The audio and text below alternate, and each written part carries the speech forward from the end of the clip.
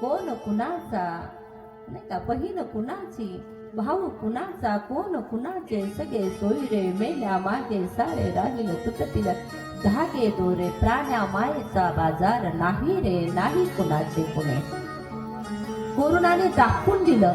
आतापर्यंत साधू संत आम्हाला नित्य सांगत राहिला, अरे तू यांना माझं माझं म्हणतोय, पण हे तुझे नाहीत बरं.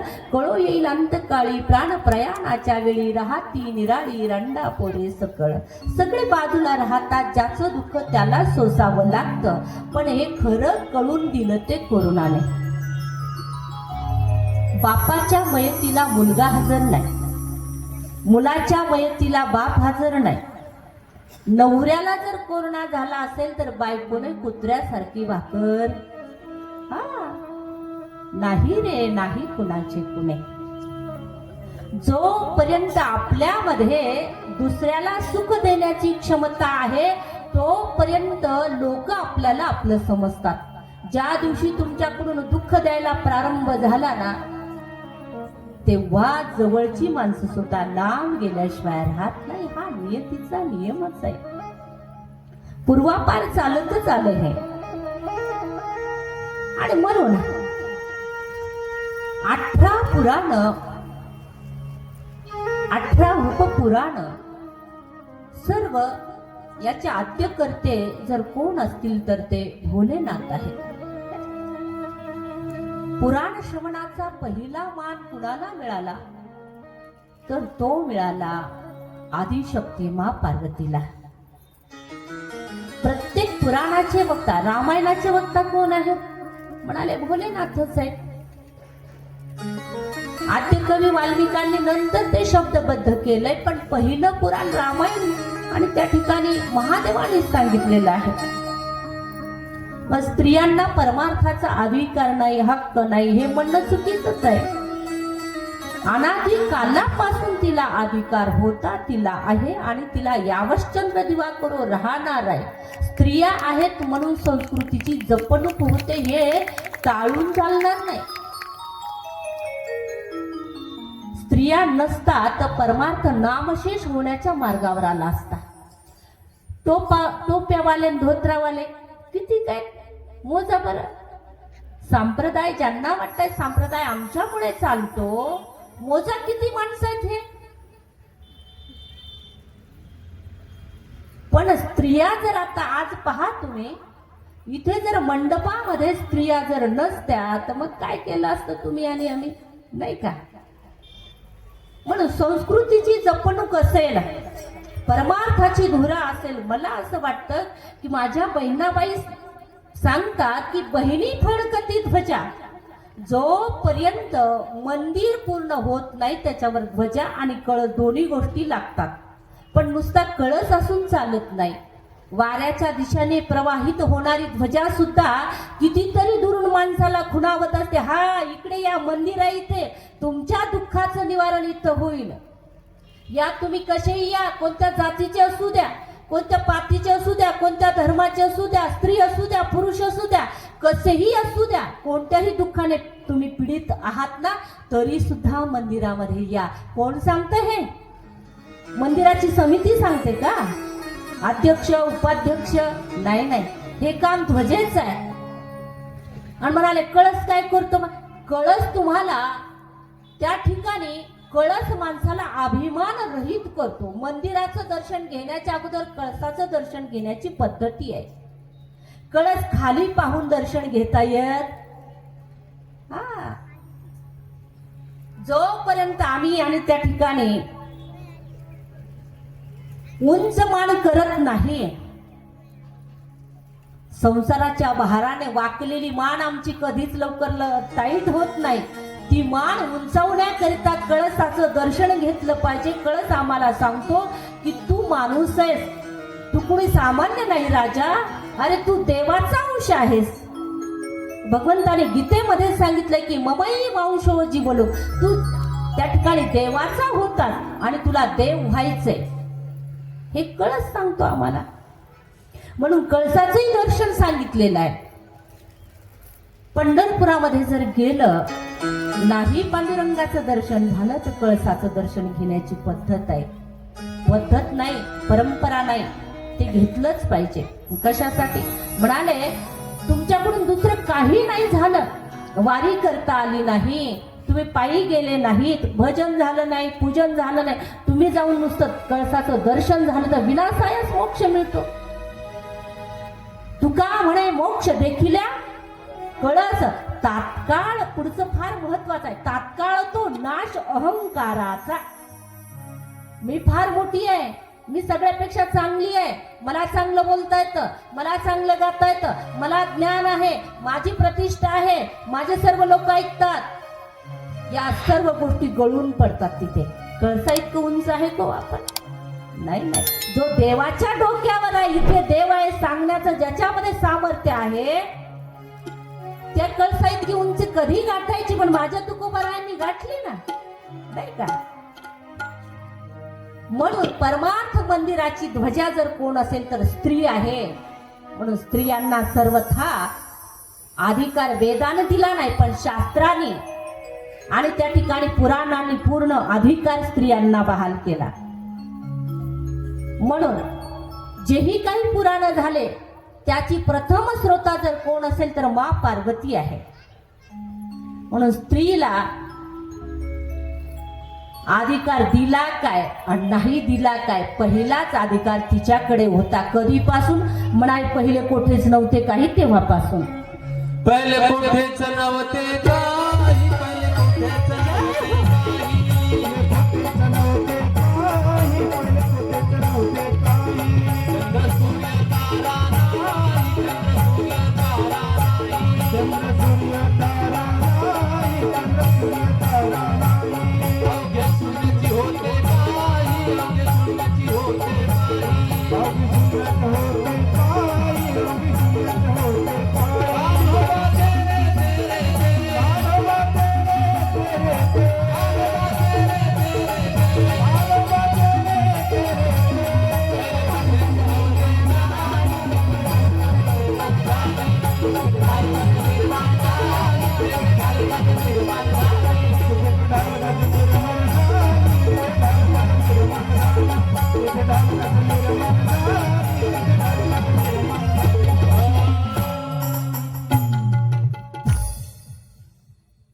पहिले कोठेच नव्हते काही, पहिले कोठेच नव्हते काही, चंद्र सूर्य तारा नाही, चंद्र सूर्य तारा नाही, अवघे शून्याची होते पायी, अवघे शून्याची होते पायी. कानोबा तेरे तेरे तेरे, कानोबा तेरे तेरे तेरे, येते कटाक्षाचं निर्माण झालं, येते कटाक्षाचं निर्माण झालं, येते कटाक्षाचं निर्माण झालं, येते कटाक्षाचं निर्माण झालं. ही ढालगज कोण आहे? ती पराशक्ती आहे, ती जगदंबा आहे, ती अंबिका आहे. शिवामध्ये जर तिची शक्ती नसेल तर शिव सुद्धा शव बनतो, अशी शक्ती तिची आहे. ती ढाल गजे. ढाल कशाला म्हणतात? ढाल माहित आहे ना आपल्याला? ढाल कधी तिची उपयोगिता आहे? म्हणाले युद्धात. आता युद्धच राहिलं नाही म्हणून लोकांनी ढाला काय केल्या? म्हणाले भिंतीवर ताणल्या आणि काय केलं त्या, नाही का? तलवार तो इकडून दोन मध्ये ढालीचं ते एक नाही ते हे आहे स्टॅच्यू सारखं आपलं, हे ना. मग त्याचं काम राहिलं नाही ना आता लढाईचं. नाही तर पहिले आक्रमण व्हायचे, मग तेव्हा सामान्यांना सुद्धा आपल्या रक्षणासाठी शस्त्रास्त्र आधी बाळगायचं काम पडायचं. पण ही देवी प्रत्येकाच्या पुढे ढाल बनून उभी राहते. संकट कसंही असू द्या,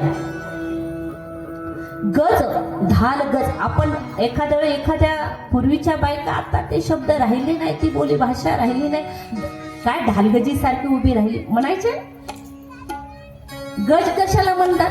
गज हत्तीला म्हणतात. ती जरी ढाल तुमच्यावर येणाऱ्या संकटाचा पहिला सामना ती करते, नंतर संकट तुमच्यापर्यंत येतात. नव्हे ती येऊच देत नाही ना. पण तुमचा विश्वास नसेल, तुमची भक्ती नसेल, श्रद्धा नसेल तर मग संकट आपल्यावर आल्याशिवाय राहतच नाही. म्हणून तिला ढालगज म्हणलंय. गज म्हणजे जिच्यामध्ये, गज म्हणजे सर्व शक्तिमान आहे. त्याच्या खलीच्या पायावर पाय देऊ द्या. कुणाला? खली आहे ना, खली. खलीच्या पायावर जर हत्तीच्या पिलाने जर पाय दिला, पायाचा भुगा झाल्याशिवाय राहणार? हा. म्हणजे सर्व शक्तिमान अशी ती आदिशक्ती परांबा प्रत्येक पुराणाची श्रोता आहे. 18 पुराण कोणती कोणती आहेत त्याच्या आपल्या मनामध्ये, कारण 18 पुराण श्रवण माणसाला अशक्यतो भागवत महापुराण सर्वांनाच, आणि त्या ठिकाणी देवी महापुराण आणि आता शिव महापुराण 3 पुराण प्रचलित आहेत. बाकी पुराण आपल्याला माहीत सुद्धा नाही. मग इथं व्यासांना विचारू आपण कोणती कोणती पुराण आहेत ते. हरी मद्वयम भद्वयम भत्रयम व चतुष्टयम अनापलिंग पुस्तकानि पुराणानि विचक्षते. ध्यानात ठेवा बरं. मद्वयम, म या आद्याक्षराने सुरू होणारी 2 पुराण. द्वय म्हणजे 2. मग कोणते कोणते आहेत? एक आहे मत्स्य पुराण. भगवंताने स्वतः मत्स्य रूप धारण केलं आणि ते पुराण सांगितलं, ते आहे मत्स्य पुराण. आणि दुसरं आहे मार्कंडेय पुराण. म या आद्याक्षराने सुरू होणारी 2 पुराण, एक आहे मत्स्य पुराण, दुसरं आहे मार्कंडेय पुराण. भद्वयम, भ या आद्याक्षराने सुरू होणारी 2 पुराण आहेत.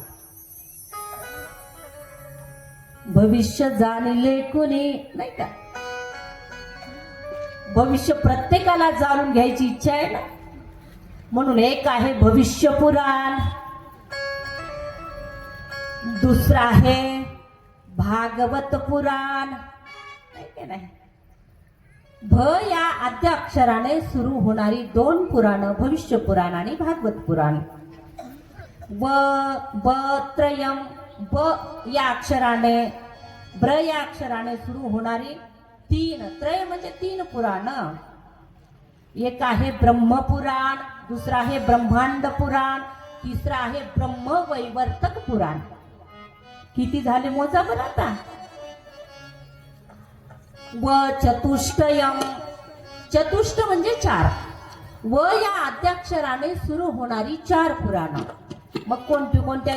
वराह पुराण, वायू पुराण, वामन पुराण, विष्णू पुराण.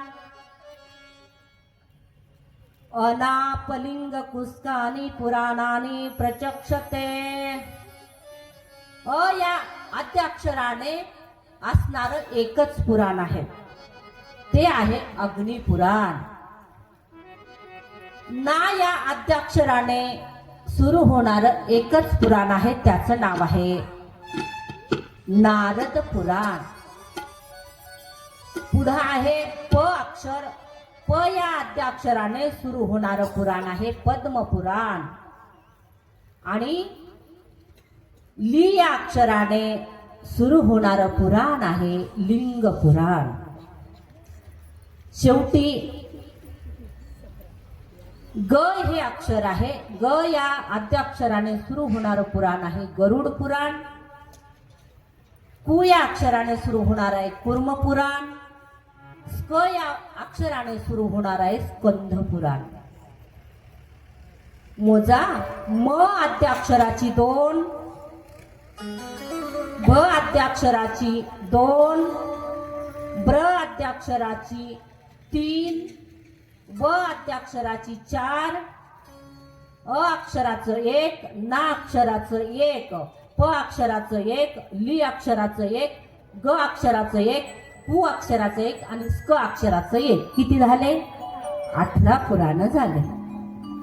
18 उपपुराण सांगितलेली आहेत. उपपुराण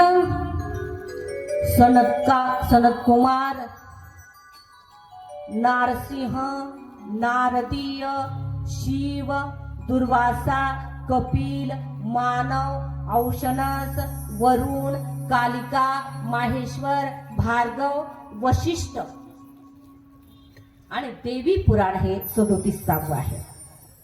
कालिका पुराण वेगळं आणि देवी पुराण वेगळं आहे.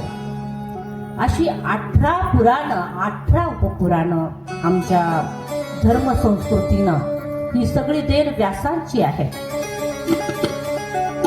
व्यासांच्या आणि त्या ठिकाणी कुशाग्र बुद्धीचा हा परिणाम आहे. एकसंग असणारं हे पुराण, परंतु त्याची वेगवेगळी आणि त्या ठिकाणी पृथक पृथक विषय करून वेगवेगळी पुराणं बनवली आणि श्रोत्यांना ही पर्वणी उपलब्ध करून दिली. ही व्यासाची देण आहे. हरी नमोस्तुते व्यास विशाल बुद्धे फुल्लारविंदाधर वक्त्र नेत्र येन त्वया भारत तैल पूर्ण प्रज्वालितो ज्ञानमय प्रदीपः. ज्ञान नावाची वस्तू जर प्रत्ययाला येत असेल तर ही सर्व देण व्यासांची आहे. व्यासांच्या कृपेनं आणि त्या ठिकाणी सकल वेदाचं सुद्धा पृथ्वीकरण, पूर्वी वेदही एकच होता पण त्या वेदाचे 4 भाग करणारे व्यास आहेत. हेही व्यासांचे आमच्यावर अनंत उपकार आहे. महाभारतासारखा ग्रंथ लिहिणारे व्यासच आहे. महाभारताचं महिमान गात असताना ज्ञानपारायण म्हणतात, जे महाभारती नाही जे नाहीच लोकीतिही म्हणून म्हणी जे पाहिल व्यासोचिष्ट जगत्रय. हे व्यासाचं उष्ट, त्रिजगतामध्ये जे ज्ञान आहे ते व्यासाचं उष्ट आहे. म्हणून सर्व पुराणांचे रचयिता व्यास महाराज सांगितलेले आहेत.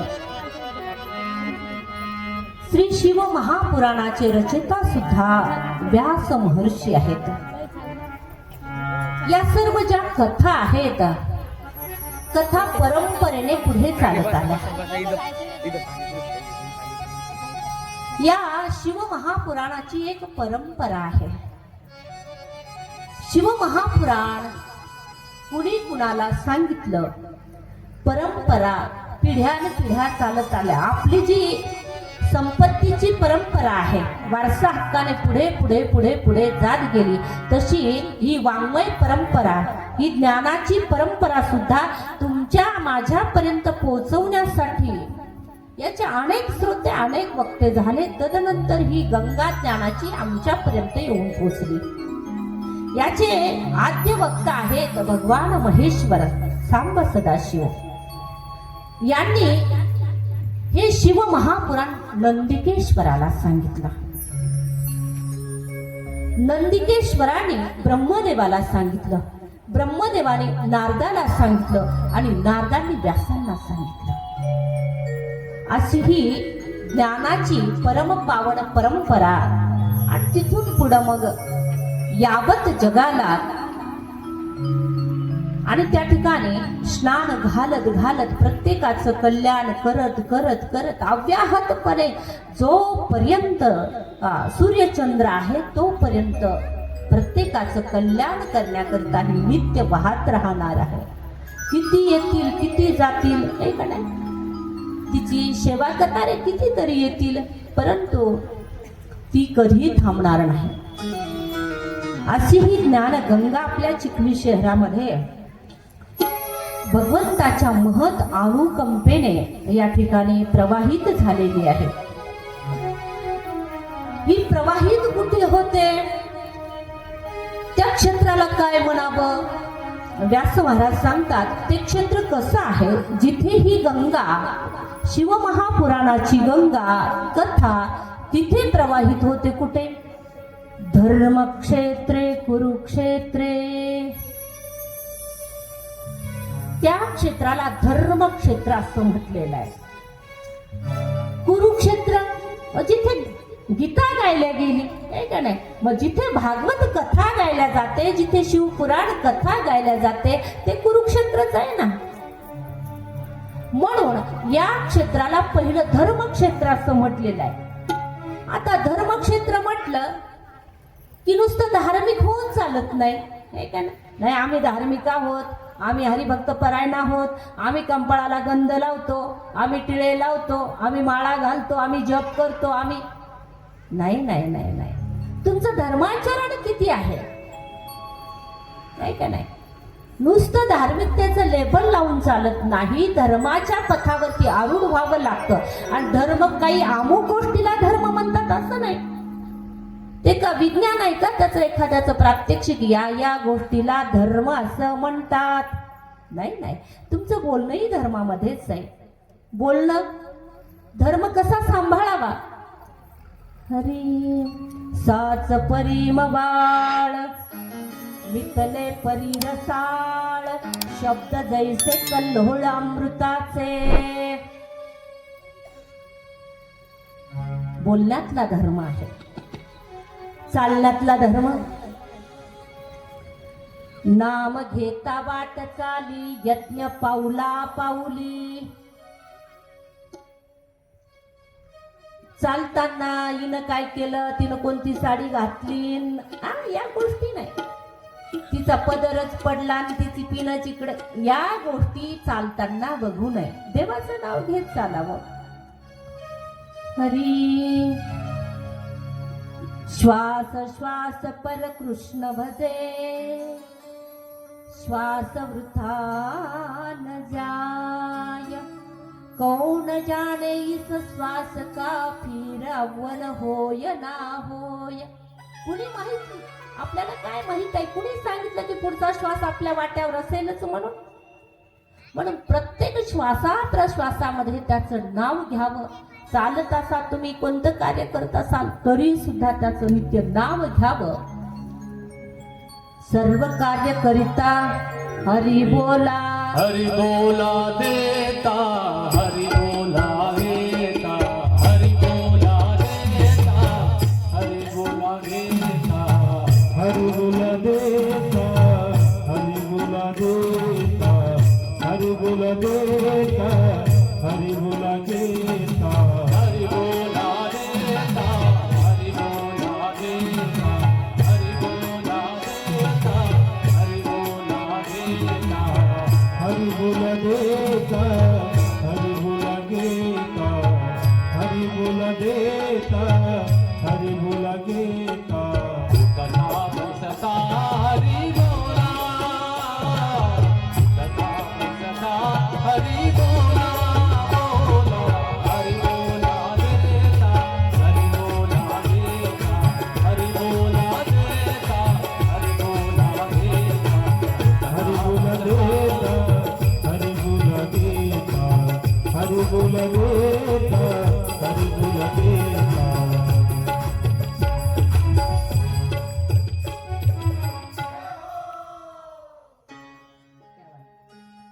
हरी बोला देता. आता काय द्यायचं म्हणाले? हे द्यायचं नाही का? हरी बोला भांडता हरी बोला कांडता उठता बैसता हरी बोला. हरी बोला देता हरी बोला घेता. सर्व कार्य करिता हरी बोला. काही करत असताना हरी बोलावं. धर्म फार विस्तीर्ण आहे म्हणून नुसतं धार्मिक होऊन चालत नाही. धर्माचं प्रत्येक अंग त्याचा अभ्यास तदनुसार वर्तन, तेव्हा आम्ही धार्मिक या पंक्तीमध्ये जाऊन बसू.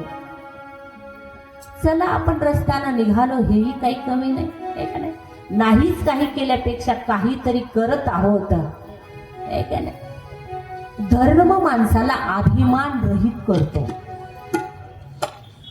धर्माचा गाभा आहे अभिमान रहित होणं. माझ्या भगवंतानं गीता सांगितली, धर्म सांगितला. गीतेच्या रूपाने धर्माचं प्रतिपादन केलं की कसं राहावं, माणसाची मूल्य काय काय आहेत. शरीर जरी हा सांगाडा जरी मनुष्याचा मिळाला असेल, पण तरी सुद्धा कोणकोणत्या कर्माने काय काय आपल्याला फल प्राप्त होईल आणि मनुष्यत्वाची पूर्णता होईल याचं यथार्थ ज्ञान, जीवन जगण्याची कला गीतेने सांगितले. म्हणून धर्माचा गाभा आहे अभिमान रहित होणं. जर आमच्यामध्ये अभिमान असेल तर आम्ही अजून धार्मिक झालोच नाही. म्हणून या क्षेत्राला धर्मक्षेत्र असं म्हटलंय. कोणत्या? जिथे कथा चालते तिथे. नुसतं धर्मक्षेत्र म्हटले नाही, महाक्षेत्र म्हटलंय. धर्मक्षेत्रे महाक्षेत्रे. कथा कुठे होते? म्हणाले गंगा कालिंदी संगमे.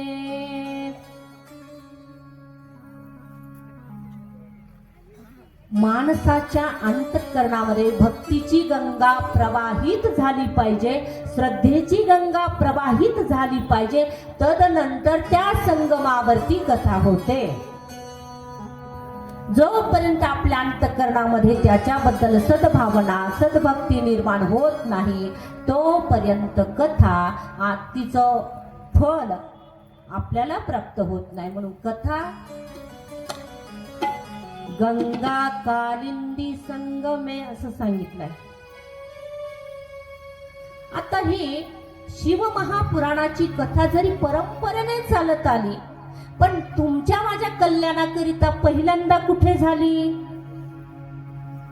पहिल्यांदा झाली प्रयाग या क्षेत्रावरती.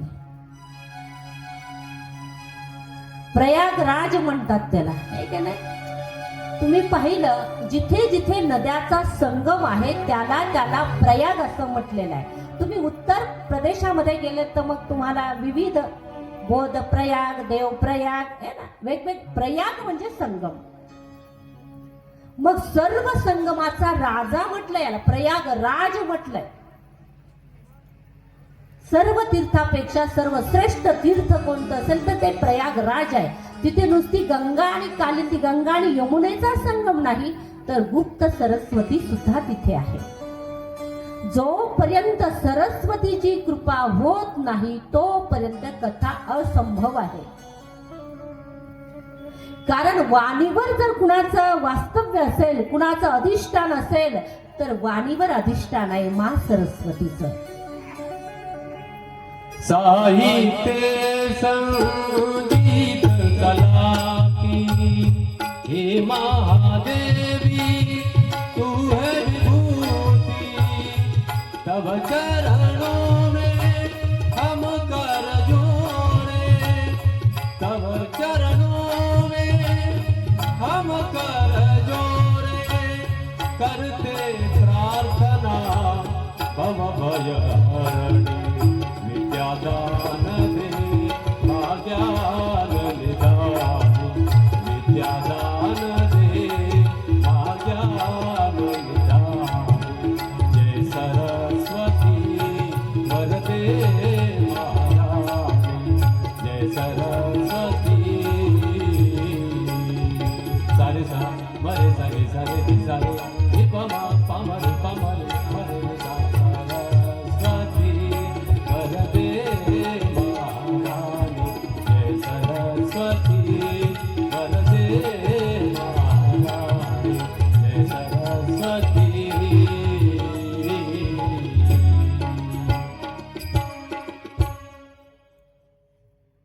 क्या बात आहे, त्या टाळ्या वाजवा.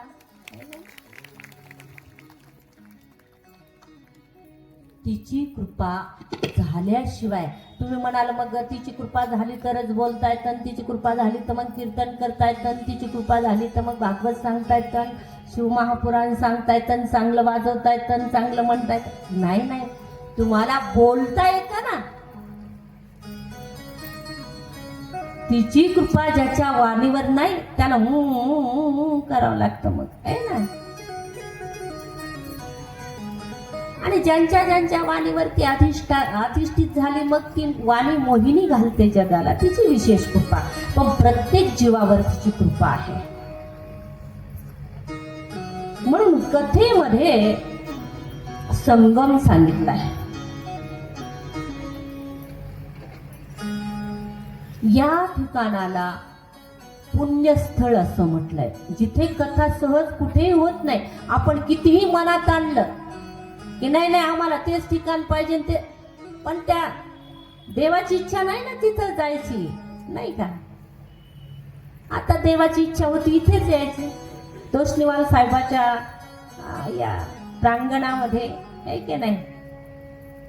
सहज विषय निघाला म्हणून सांगते की कथेची गंगा जशी उगम पावली कुठे म्हणाले गांधीनगरमध्ये, तिथून जे निघाली ते लगे खडकेश्वराचं मंदिर, तिथून निघाली तर पुन्हा आणखी बँकेच्या पाठीमागे आले, तिथंही तिला करमलं नाही. पुन्हा आणखी इथे आली, ऐन रोडवर आली आता नाही का. भगवंताची इच्छा जिथे जिथे होते त्याला जिथे जायचंय ना तिथे मग कुणी अडू शकत नाही. आम्हाला एवढी फिकीर पडली होती की आता यावर्षी जागेचं कसं करायचं, मागच्या वर्षीच्या ठिकाणी आता घरं झालेत, फार मोठा प्रश्न होता. पण मग हे ठिकाण कुणी म्हणाले ते देणारच नाही, हे करणारच नाही. पण म्हटलं एकदा ऐकणे अगोदरच कयास बांधल्यापेक्षा विचारून बघू. जेव्हा आम्ही त्यांच्याकडे गेलो ना, सर्वात मी म्हणजे वास्तव सांगते हे व्यासपीठ कुणाची अतिशक्ती करण्याचं व्यासपीठ नाही बरं. पण तिथं गेल्याबरोबर नुसतं आम्ही म्हटलं की आम्हाला यावर्षी कार्यक्रम तुमच्या जागेमध्ये करायचा आहे, तेव्हा त्यांनी हात जोडले, सांगितलं याच्यापेक्षा भाग्य काय आहे. आमच्या जागेमध्ये तुम्ही कार्यक्रम करता, याच्यापेक्षा काय भाग्य पाहिजे. आम्ही त्यांना म्हटलं यजमानपद तुम्हाला, प्रमुख यजमानपद आम्ही देत आहोत. पहिलं पत्रकावर त्यांचं नाव टाकलं आणि जेव्हा पत्रक त्यांच्याकडे घेऊन गेलो तेव्हा पत्रकावरचं नाव त्यांनी अतिशय ह्यानी काढायला लावलं की आम्हाला ह्याची गरज नाही. मग म्हटलं निदान पूजेला तरी तुमच्या हाताने आरंभ होऊ द्या.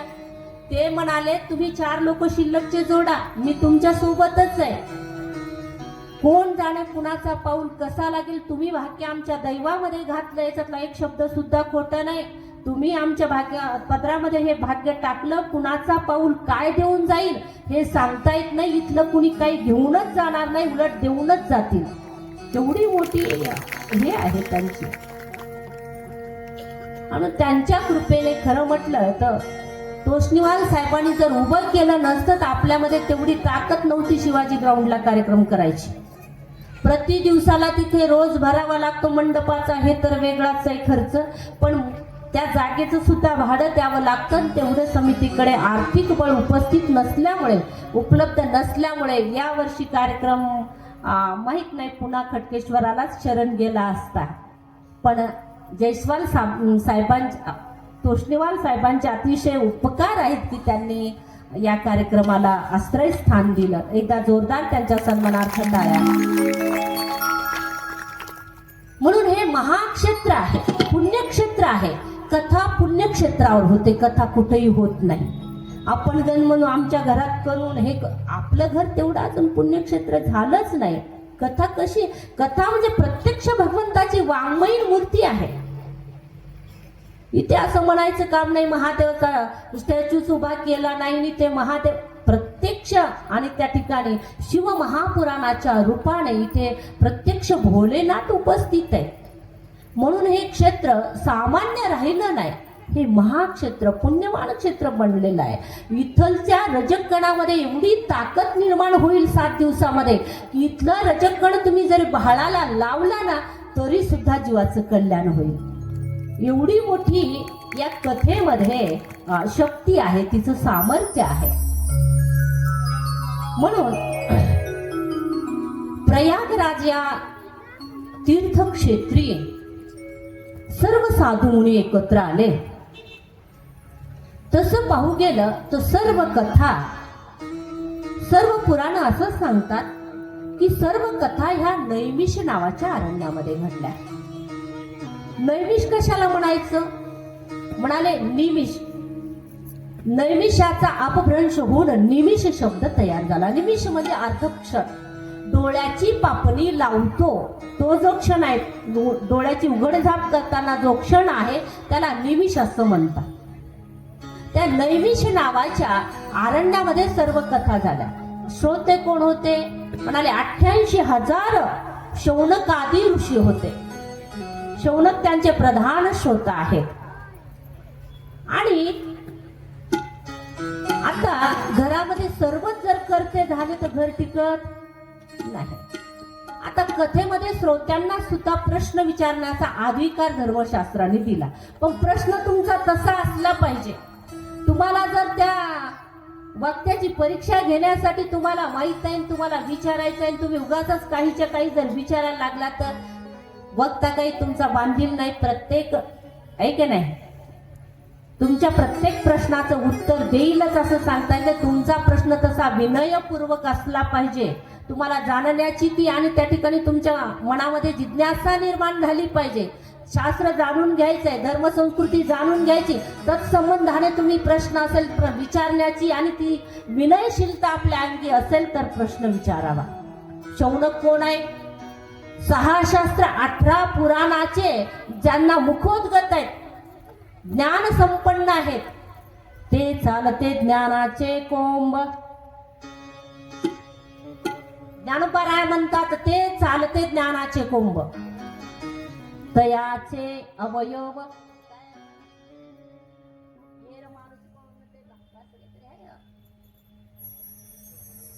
सुखाचे कोंब असं काहीतरी आहे.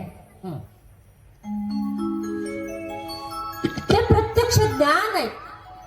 शौनक ऋषी जे आहेत प्रत्यक्ष ज्ञान स्वरूप आहेत. पण तिथे जेव्हा सुतासारखे महात्मा येतात, सूत वयाने लहान आहेत, शौनकापेक्षा सुतांचं वय कमी आहे, पण तरी सुद्धा जेव्हा सुतांचं आगमन होतं तेव्हा शौनकादी 88,000 ऋषी उठून उभे राहतात. अभ्युत्थान त्याला म्हणतात. या सन्मानाला आमची संस्कृती फार दिव्य आहे. प्रत्येक गोष्टीची शिकवण आमच्या संस्कृतीने शिरोधार्य मांडली आणि आजपर्यंत सुद्धा माणसं तिचं अनुपालन करतात. म्हणून भारतीय संस्कृती सर्वतोपरी आहे, सर्वश्रेष्ठ आहे. भारताला उगत जगाचा गुरु म्हटलेलं नाही. त्याच्यामध्ये प्रत्येक आणि त्या ठिकाणी संस्कृतीचे अष्टांग सांगितले. संस्कृती म्हणजे सांस्कृतिक कार्यक्रम नाही. शाळेमध्ये होतो तो आहे की नाही, छोट्या छोट्या मुलांना आणि मुलींना त्या आजतील गाण्यावर नाचला तर सांस्कृतिक कार्यक्रम, सांस्कृतिक कार्यक्रम. संस्कृतीचा ऱ्हास होत चाललाय ह्याच्यातून. सांस्कृतिक कार्य संस्कृतीचं वर्धन तर होतच नाही. म्हणून संस्कृतीचे अष्टांग सांगितलेले आहेत. ते जशी 8-10 प्रकृती आहे तशी संस्कृतीचे अष्टांग सांगितले. त्याच्यामध्ये पहिलं सांगितले आहे धर्मानुपालन. धर्माचरण हे पहिलं अंग सांगितलं. शिक्षण सांगितलं, कला सांगितली, क्रीडा सांगितली, गायन सांगितलं, वादन सांगितलं, अष्टांग सांगितले संस्कृतीचे. पण सर्व कृतीचा संबंध देवाशी जोडला तर मग त्याच्यातून आनंदच प्राप्त होतो. ऐका ना, गायनही ते देवाच्या संबंधानं असेल तर आहा मग काय, देव मग कसा येणार नाही. नाही आला तर धरून आणलं जाईल माझ्या जनाबाई सारखा, नाही का. हरी धरीला धरीला पंढरीचा चोर, धरीला पंढरीचा चोर, धरीला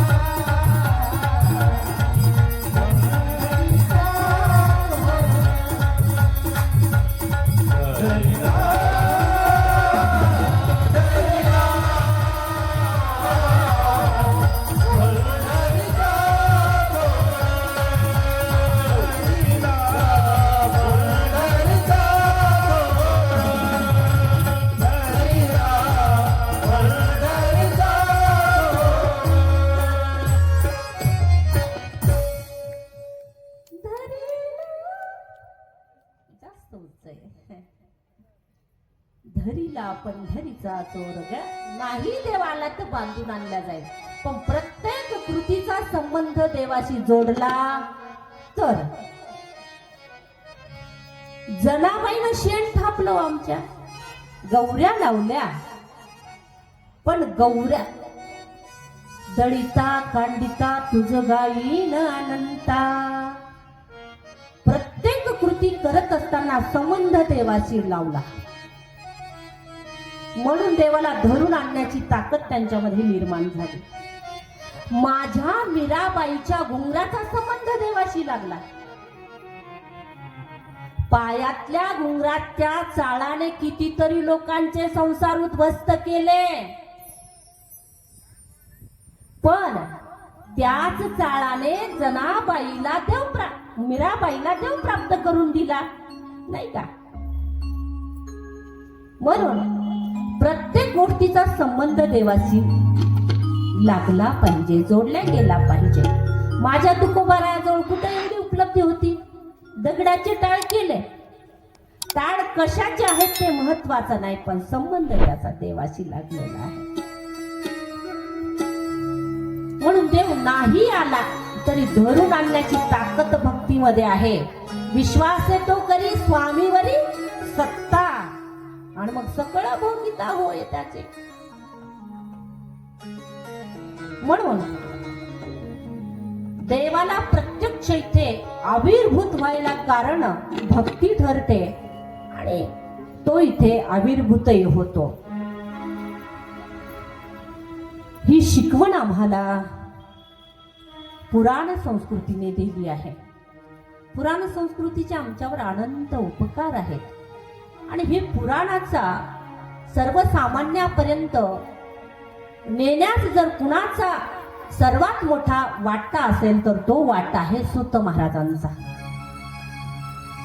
सूत महाराज आसनासीन होतात आणि 88,000 ऋषी समोर बसलेले आहेत. त्याच्यामध्ये शौनक महाराज सर्वांचं प्रधानत्व करतात आणि प्रश्न विचारतात. संतांना जरूर प्रश्न विचारले पाहिजे, पण त्या प्रश्नामध्ये लोकहित असलं पाहिजे.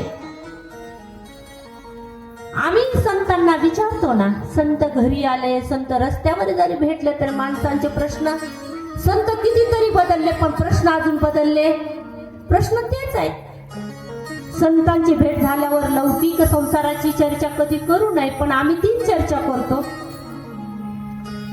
लौकिक प्रश्न विचारू नये असा दंड काय धर्मशास्त्राचा, पण आम्ही त्याच प्रश्नांना घेऊन अनेक संत आतापर्यंत त्या ठिकाणी गाठलेले आहेत, पण आमचे प्रश्न अजून सुटले नाही. प्रश्नही आमच्यासारखेच आहेत.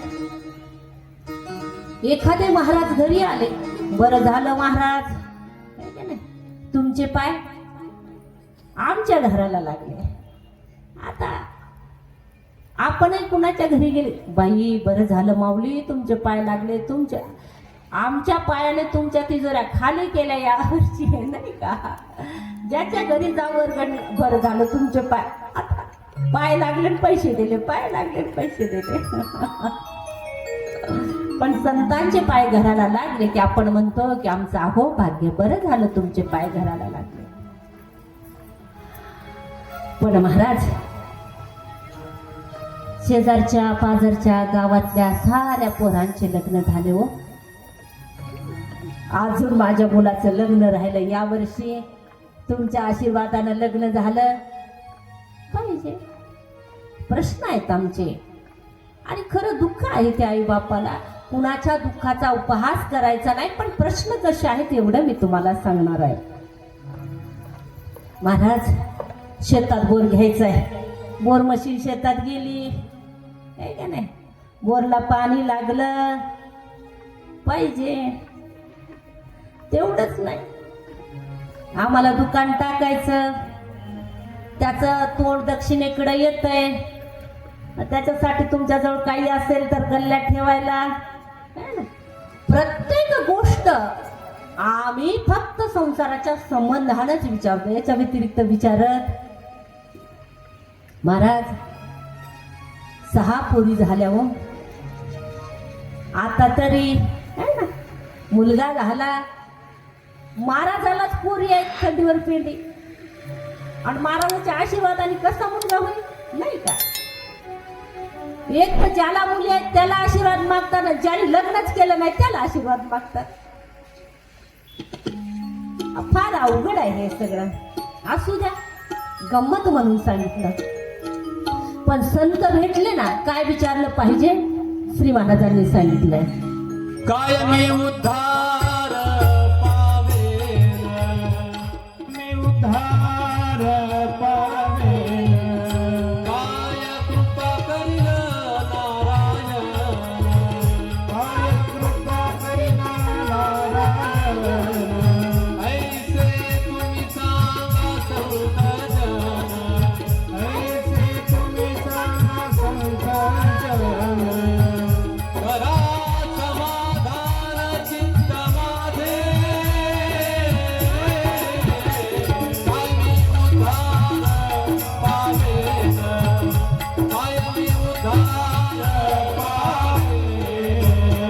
करा समाधान चित्त माझे, कायमी उद्धार पावेन, कायमी उद्धार पावेन.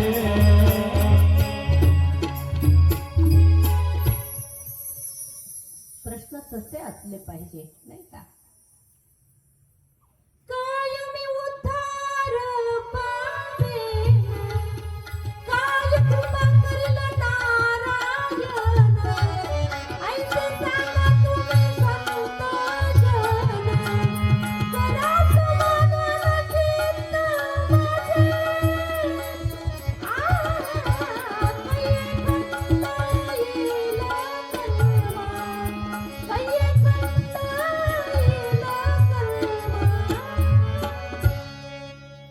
कायमी उद्धार पावेल महाराज. मी मनुष्य म्हणून जन्माला आलोय, आतापर्यंत संसारामध्येच अख्खं आयुष्य गेलंय.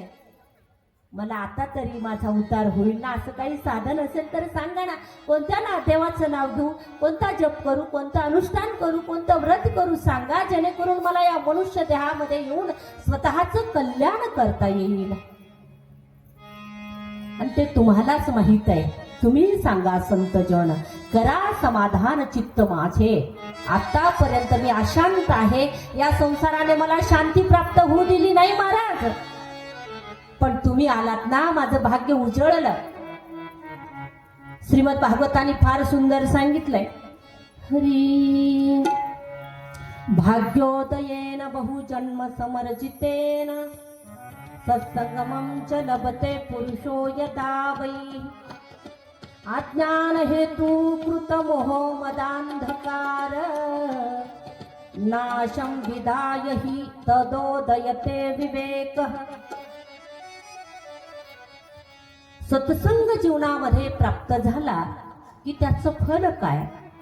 पहिली गोष्ट, सत्संग मिळतच नाही. मिळला तर माणसाला कळतच नाही. सगळ्यात अवघड आहे संत प्राप्त होणं आणि सत्संग प्राप्त होणं. मग ते किती मिळतील पण संत मिळत नाही. ज्यांच्या अंतःकरणामध्ये भगवंताचा अनुराग असला पाहिजे, भगवंतावर नितांत प्रेम असलं पाहिजे, अंगा प्रत्यंगातून केवळ भगवत भक्ती प्रवाहित झाली पाहिजे, असा वक्ता मिळणं फार दुरापास्त आहे. आणि ते संतच आहे. आमचं प्रेम संकोचित आहे म्हणून आम्हाला संत होता येत नाही. मी आणि माझं याच्या पलीकडे आमची कक्षा रुंदावली नाही. आम्ही संत वाङ्मयाचे अभ्यासक आहोत, संत नाही. धर्माचे प्रचारक आहोत, धार्मिक नाही. जेव्हा धार्मिक होऊ तेव्हा धर्माचा प्रचार आमच्या प्रत्येक कृतीतून प्रगट होईल. मग वेगळा प्रचार करायची गरज कुठे आहे? शांतीचा प्रचार करायचा. तुमच्या अंगातून शांती प्रवाहित झाली तेव्हा आणि तो गुण तुमच्यावर येईल नाही का? दया, क्षमा, शांती, आणि तेथे देवाची वस्ती असं म्हटलेलं आहे. म्हणून या प्रत्येक गोष्टीचा अर्थ आमच्या कृतीतून उतरण्यासाठी आम्हाला त्या विचाराच्या, संत विचाराच्या ह्याच्यावरती स्वतःला सलाखून घ्यावं लागेल. तदनंतर आमचं भाग्य त्या ठिकाणी उदित होईल आणि आमच्या भाग्याने आम्हाला संत प्राप्त होतील. तुमचं माझं परम भाग्य आहे. आपल्या भागाचं एक मोठं भाग्य आहे की आपल्या भागामध्ये प्रातस्मरणीय माझे गुरुदेव आहेत. नाहीतर संत फार दुरापास्त सांगितलेत. कबीरजी सांगतात संत कसे मिळतात आणि कसे मिळत नाहीत ते. हरी मात मिले पोनी तात मिले सुत भात मिले युवती सुखदाई.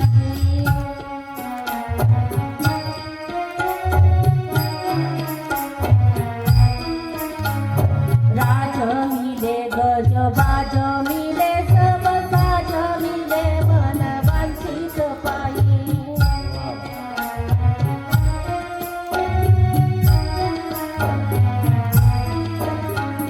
लोक मिले विधी लोक मिले.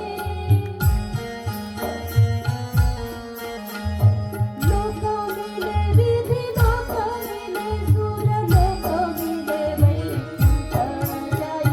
सब मिले पर सुंदर मिले संत समागम देखब बाई.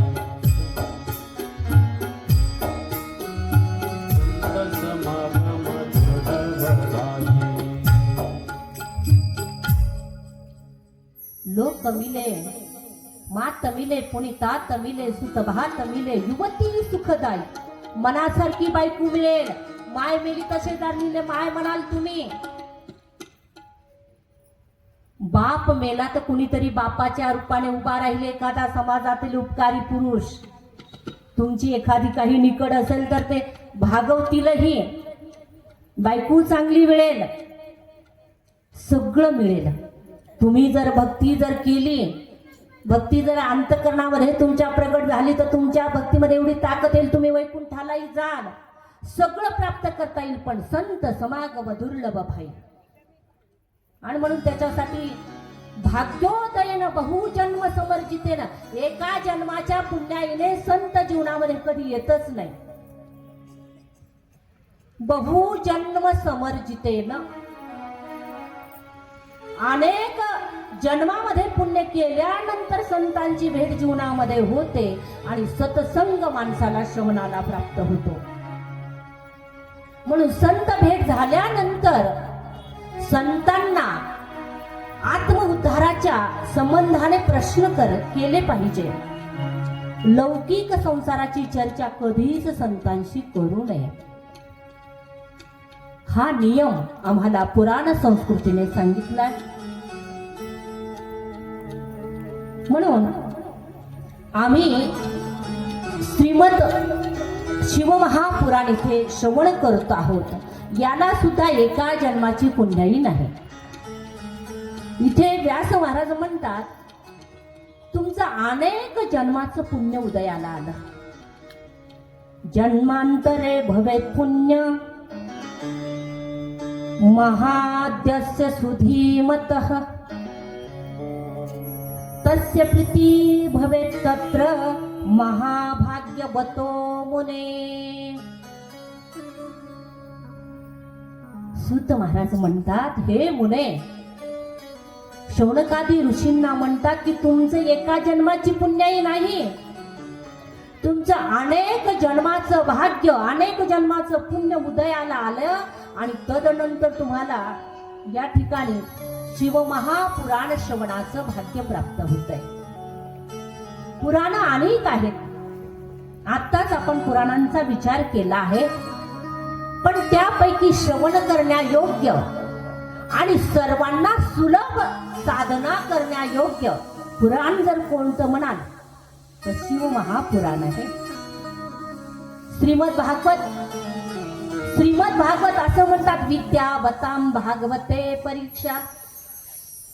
केवढाही विद्वान असेल श्रीमद भागवताचा पार लागला नाही, पार लागणार नाही. एका श्लोकावर अखंड जीवनभर बोलणारी महात्मे आहेत तरी सुद्धा श्रीमद भागवताचा अर्थ उलगडता आला नाही. त्याच्यामध्येही कर्मकांड आहे, भक्तिकांड आहे, ज्ञान प्रधान ग्रंथ आहे श्रीमद भागवत, पण ज्ञान सांगितलं की लोकांना जमत. काय सांगितलं, कथा नाही त्याच्यात आणि काय नाही, काय ते काय नाही. म्हणून व्यास एवढे कृपाळू आहेत. या कथा घडल्या ना घडल्या असा आपला आणि त्या ठिकाणी विश्वास आहेच, पण काव्यात्मक बुद्धीने आपल्याला ते सिद्धांतापर्यंत नेण्याकरिता अनेक रचनात्मक गोष्टींची त्याच्यामध्ये भर घालून ही भक्ती अमुकामुकीने अशी केली, मग त्याला फळ असं मिळालं असं म्हटलं. आम्हाला पुरावा लागतो ना. पुरावा नाही त्याला पुरावा असं म्हणतात म्हस्के महाराज. कोणते? हा, ते आहेत, फार विद्वान आहेत म्हस्के महाराज, जगन्नाथ म्हस्के महाराज. ते म्हणतात पुरावा जर नसेल, पुराव्याच्या व्यतिरिक्त जर वक्ता बोलत असेल तर त्याला पुरावा नाही का. पुरावा म्हणजे पुरून टाकावा आणि त्याच्यावर 4 मोठी माती टाकावी अर्थात. हा, मग प्रत्येक गोष्टीला पुरावा असला पाहिजे. इथे व्यासांनी ते पुराव्यानिशी सिद्ध केलंय की कुणी कुणी कशी भोलेनाथाची भक्ती केली आणि मग त्याला कसे भोलेनाथ प्रसन्न झाले. आता भोलेनाथ, भोळा मराठी मधला शब्द काय आहे? भोळेनाथ. तो हिंदीमध्ये गेला भोलेनाथ झाला. आमच्या नाथ बाबांनी भोळा चक्रवर्ती म्हटलंय. चक्रवर्ती कुणालाही म्हणत नाही बरं. असं काही एका तालुक्याचा आमदार आणि एका जिल्ह्याचा खासदार आणि एका राज्याचा मंत्री आणि एका देशाचा पंतप्रधान आणि राष्ट्रपती याला म्हणतात. नाही, चक्रवर्ती अखिल जगतावर ज्याची सत्ता आहे त्याला चक्रवर्ती म्हणतात. आणि तो कशाचा चक्रवर्ती आहे म्हणाले? भोळ्याचा. काय का नाही? शिव भोळा चक्रवर्ती, शिव भोळा चक्रवर्ती, शिव भोळा चक्रवर्ती, हो शिव भोळा चक्रवर्ती, हो शिव भोळा चक्रवर्ती, शिव भोळा चक्रवर्ती, शिव भोळा चक्रवर्ती, शिव भोळा चक्रवर्ती. त्याचे पाय माझे चित्ती, त्याचे पाय माझे चित्ती, माझे भजता शिवनाम, माझे भजता शिवनाम, माझे भजता शिवनाम, माझे भजता शिवनाम, माझे भजता शिवनाम, हो माझे भजता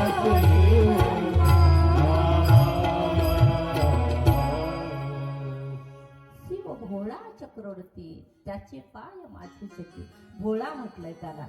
भोळा म्हणजे निरीच्छ, ज्याच्या ठिकाणी कोणतीच इच्छा नाही असा भोळा.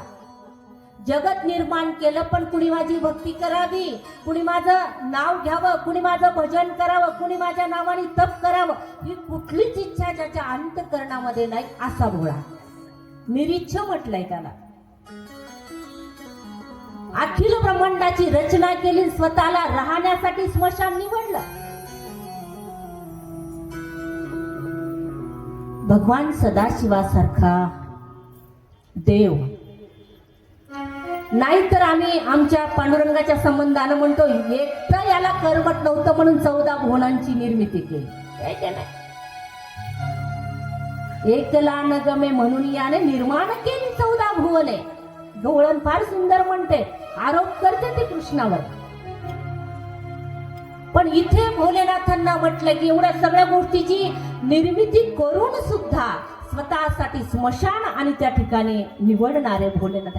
कुठल्याच गोष्टीची इच्छा नाही. तुम्ही त्याचं नाव घ्या, तुम्ही त्याचं नाव नका घेऊ. आपला अंत करणारा कोण आहे माहित आहे तुम्हाला? सब देवन का देव महादेव, त्याला काल असं म्हणतात, त्याला महाकाल असं म्हणतात. जोपर्यंत तो आपल्यावर कृपा करत नाही तोपर्यंत हे भौतिक शरीर सुद्धा सोडता येत नाही. त्याने जर कृपा केली नाही तर प्रत्येकाला आळ्या किड्या पडतील, प्रत्येक जण मरणाची याचना करेल. पण त्याची आपल्यावर एवढी कृपा आहे. कोणी चालताना जातंय, कोणी बोलताना जातंय. तुम्ही पाहिलं काही माणसं जी अंथरुणाला खिळतात, जगले 103 वर्ष, जगले 125 वर्ष, त्या जगण्याला काही अर्थ नाही.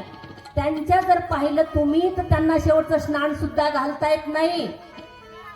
कशामुळे? म्हणाले हे शरीर सडक आहे, नाचक आहे. भोलेनाथाची कृपा झाली नाही आणि त्यांनी लवकर नेलं नाही.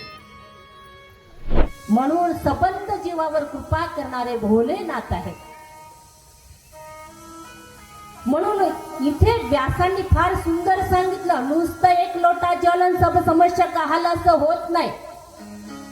त्याला गरज नाही तुमच्याकडे सोन्याचं ताट असलं पाहिजे, त्याच्यामध्ये चांदीची निरंजनच असली पाहिजे. सर्व जेवढे काही सुगंधित द्रव्य ते तेवढे तुमच्या ताटातच असले पाहिजे. रत्नाची वरून त्याच्यावरती झालर लावलेलं एखादं ताटदान त्याला म्हणतात, झाकण ते असलं पाहिजे. असं कोणत्याच गोष्टीची, कोणत्याच उपचाराची त्याला गरज नाही. तो एक लोटा पाण्याने सुद्धा प्रसन्न होतो. पण व्यास त्याच्यामध्ये मेघ घातली व्यासाने. एक लोटा जल वाहत असताना तुमच्या अंतःकरणामध्ये त्याच्याबद्दल भाव कोणता आहे? तुम्हाला तुमचा संसार मागायचा आहे का देव मागायचा आहे? हे फार महत्वाचं आहे. त्याच्यात एक लोटा वाहून आम्ही फक्त संसारच मागून घेतला म्हणून संसाराने आम्हाला अजून सुखी केलं नाही. तुमच्या एक लोटा जलाने तो प्रसन्न होईल आणि स्वतःच्या धामाला घेऊन जाईल. ही भावना जर आपली असेल तर ते एक लोटा जल वाहण्याचा आपल्याला आणि काय फायदा आहे. पण आम्ही आमच्या संसारासाठी देवाला सुद्धा सोडलं नाही. माणसं तर ज्याच्याकडून हित होईल, मग ते माणसं असू द्या या कोणी असू द्या, माणसं त्याला सोडत. जोपर्यंत तुम्ही लोकांचं हित करत राहता, घरातल्याच लोकांचं जाऊ द्या, समाजाचं, घरात सुद्धा तीच रीत आहे. घरातली वृद्ध माणसं तोपर्यंत घरामध्ये असावी वाटतात जोपर्यंत तुमचे पोरं घेतील, तुमच्या पोराला सांभाळतील, शाळेत नेतील, घरात आणतील, झोका तरी देतील, रडा लागले तर थोडं जवळ तरी घेतील. एखादा म्हातारा माणूस बाजाला चिटकू द्या, फार कठीण अवस्था आहे. म्हणून जोपर्यंत आपला स्वार्थ पूर्ण होतो तोपर्यंत सुद्धा आम्ही देवाची भक्ती करतो. एकदा का स्वार्थ पूर्ण झाला की माणसा इतका स्वार्थी प्राणी दुसरा नाही. पुन्हा देव कुठं राहतो, कोणत्या मंदिरात राहतो, त्याच्याशी आमचा काही संबंध होता का, त्याच्या कृपेने आम्हाला काय प्राप्त झालं, या सर्व गोष्टी माणसं विसरून जातात. आम्ही एवढे स्वार्थी आहोत. 10 दिवस गणपती बाप्पाचं प्रतिष्ठापन आम्ही करतो नाही का. काय काय आहे मग अलीकडे सजावटीवर, आणि त्याच्यापैकी आपला कार्यक्रम त्याच्यातला एक नमुना आहे असं म्हणा तुम्ही. सजावटीवरच भर आहे. देवाची भक्ती किती आहे ते फार अगदी कमी आहे, पण सजावट कशी आहे हे फार महत्वाचं आहे. गणपती घरात आणल्यानंतर काय त्या घराचं आणि मंदिर बनतं. त्याच गणपतीला 10 दिवस बसवल्यानंतर जेव्हा आम्हाला विसर्जन करायचंय, आम्ही विचार करत नाही अवघ्या शहराचं सांडपाणी. आता सांडपाण्यामध्ये तुम्हाला माहीतच आहे, नुसतं धुण्या भांड्याचंच पाणी आहे का आमचं? नाही ना, म्हणाले सगळंच आहे. मल विसर्जन आदी सगळ्या गोष्टी त्याच्यामध्ये, आणि त्याच्यामध्ये नेऊन मग गणपती बाप्पाला काय करायचं? नाही म्हणाले मग विसर्जन कुठं करावं? आणि तो मोठा ते काय तळ्यात मग ते बुडात बसतं, वरून गणपतीला टाकलं तर काय हरकत नाही, काय का नाही. देव आशाने पावायचा नाही र. म्हणून आम्हाला का प्राप्त होत नाही सुख? देव द्यायलाच बसला ना, पण आमच्या भक्तीमध्ये कुठेतरी कमीच राहून जाते. म्हणून आमचा स्वार्थ इतका आहे की आम्हाला जोपर्यंत देव का असत नाही. तुम्ही पहा, नवस करणारी माणसं, एखादा देव जर नवसाला पावला नाही तर माणसं त्या देवाचं दर्शन सुद्धा घेत नाही. एखाद्याच्या घरी तशी घटना होऊ नये, पण जर घडली तर माणसं म्हणतात देव का आम्या भाजून खाल्ला होता, है ना. देव भाजून खायला एवढा सोपा आहे का? आणि देव तर असा योगियाच्या धानी धाताना तुळशी, त्याच्यासाठी कित्येकाने अंगाला राख लावली, कित्येकाने भगवस्त्र परिधान केलं, कित्येकाने घराचा त्याग केला, दाराचा त्याग केला, सत्ता संपत्ती पोरं बायका सगळं सोडलं, हिमालय गाठलं, अंगावरची वस्त्र सुद्धा माणसांनी काढून टाकली, तरी सुद्धा देव त्यांच्या स्वप्नात जात नाही, तुम्हाला भाजून खाऊ देईल होय तो, नाही का नाही? म्हणून भक्ती जर आमची श्रेष्ठ असेल तर त्याला बाकी काहीच लागत नाही, आणि भोलेनाथ तर सर्वात लवकर प्रसन्न होणारं दैवत आहे. पण इथे व्यास म्हणतात तस्य प्रीतीर भवेत, त्याच्याबद्दल अंतःकरणामध्ये प्रीती नावाची नाही बरं, नावाची प्रीती चालत नाही. आमचं तुमच्यावर प्रेम आहे ना, आमचं तुमच्यावर प्रेम आहे ना, I love you, I love you, ही प्रीती चालत नाही. त्याच्यासाठी सिद्ध करा, वाटेल ते करण्याची ताकद भक्तीत आहे, आणि भक्तीचा पहिला उगम प्रेमातून होतो. प्रेम जेव्हा परिपूर्ण बनतं ना तेव्हा भक्ती होते. जनाबाई सुळावर जायला तयार झाली. आताचे लोक मरतात प्रेमासाठी, काय नवल आहे नाही का? जिएंगे सातन, काय नवल आहे त्याच्यामध्ये? तीच भक्ती जेव्हा पुष्ट बनते, जो पाहिला नाही देव, जो निर्गुण आहे, जो निराकार आहे, नाही रंग नाही रूप नाही वर्ण छाया, निर्गुण निराकार तू जर असा निर्गुण असलेला देव, त्याच्यावर प्रेम जडलं, सुळावर गेल्या. पण मात्र त्याला सगुण साकार व्हावं लागलं. हे भक्तीचं यश आहे, भक्तीची फलश्रुती आहे की निर्गुण असलेला देव सगुण होतो. एवढं पण भक्तीमध्ये असलं तर एक लोटा जलाने सुद्धा तुम्हाला सर्व तीर्थाचं स्नान त्या भोलेनाथाला घालता येईल. म्हणून आम्ही पाहून पाहून करतो, त्यानं केलं म्हणून मी केलं, त्याच्या अंतःकरणातला भाव माझ्या अंतःकरणात निर्माण होईलच असं सांगता येत नाही.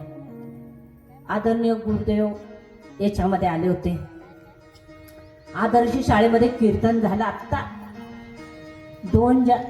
4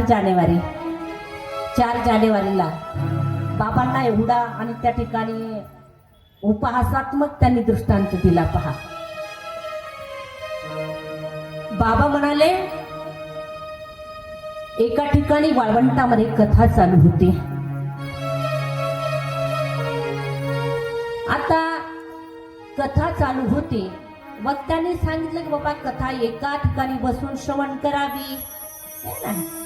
एकदा बसलं की मांडी मोडू नये, चित्तामध्ये कुलूप येऊ नये, नाही तर आपण कथेमध्ये आहोत आणि मन कुलपाला झटके द्यायला जर जात असेल तर ती कथा फलीभूत होत नाही. मग म्हणाले आता देहधर्म आहे, त्याच्यामध्ये एक लुंगीवाला बाबा कथा ऐकायला बसलेला होता. आता वाळवंटामध्ये कथा आहे, आता त्याला देहधर्माने एवढं त्रासून सोडलं, आता करावं काय? मधातून जातात नाही, जाऊस तर दमही निघत नाही. मग म्हणाले त्याने आपले वस्त्र जे आहेत बाजूला केले, जागीच हाताने खड्डा केला आणि तिथे आपला कार्यक्रम करून टाकला. कार्यक्रम करून टाकला आणि वरून वाळू ओढून टाकली. आता वाळू वरून टाकल्यानंतर त्याने पूजेसाठी बेल फुलं आदी सर्व गोष्टी त्याच्या सोबतच हार हे ते, त्याने काय केलं, फार बहादर निघाला तो. त्याने आपल्या जवळचा बेल घेतला, त्या जाग्यावरती वाहिला, फुलं घेतले, त्या जाग्यावरती वाहिले, हार घेतला. आता तिथून तो उठून गेल्यानंतर सगळीकडे एक